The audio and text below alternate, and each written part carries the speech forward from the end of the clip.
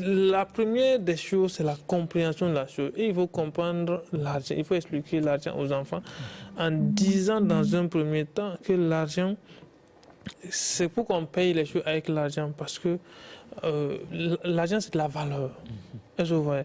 Donc, lorsqu'on arrive à expliquer un peu l'importance de l'argent aux gens, en disant que l'argent ne tient pas, l'important ou la grandeur de l'argent, c'est pas au billet, c'est pas lié au billet ou à la pièce, c'est au fait la quantité de biens qu'on peut obtenir. Donc, c'est là qu'on mesure la valeur de l'argent. Donc, entre 0 et 5 ans, on va passer le temps à expliquer à l'enfant ce que c'est que l'argent.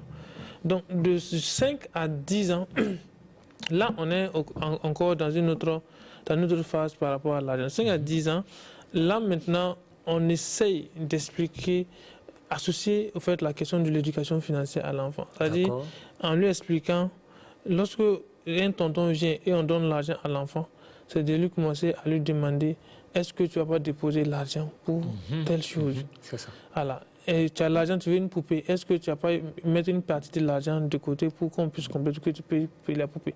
Donc on essaie déjà d'inclure la notion de l'économie à l'enfant. Exactement. Est-ce que vous voyez? Donc l'enfant va prendre l'argent maintenant, venir donner aux parents parce que l'enfant vise quelque chose. Prendre l'argent et payer une poupée pour moi.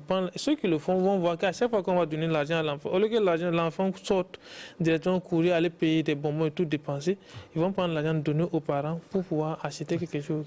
Nous, à notre temps,